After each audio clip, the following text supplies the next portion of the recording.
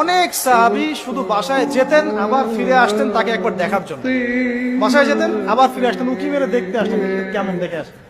আপনি এখনো রওজায় যান মদিনায়, দেখবেন আপনার বারবার জিয়ারত করতে ইচ্ছা করে, আরেকবার দেখে আসে, আরেকবার সালাম দিয়ে আসে।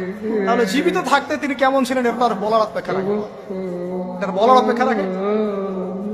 এখনো মনে হয় যে আমরা তাকে পেলে তার পা ধরে চুমু খাইতাম, হাত ধরে চুমু খাইতাম, কপালে চুমু খাইতাম, জড়ায় ধরতাম, ইয়া রাসূলুল্লাহ উম্মার আজকে এই অবস্থা, ইয়া রাসূলুল্লাহ আমাদের আজকে এই অবস্থা।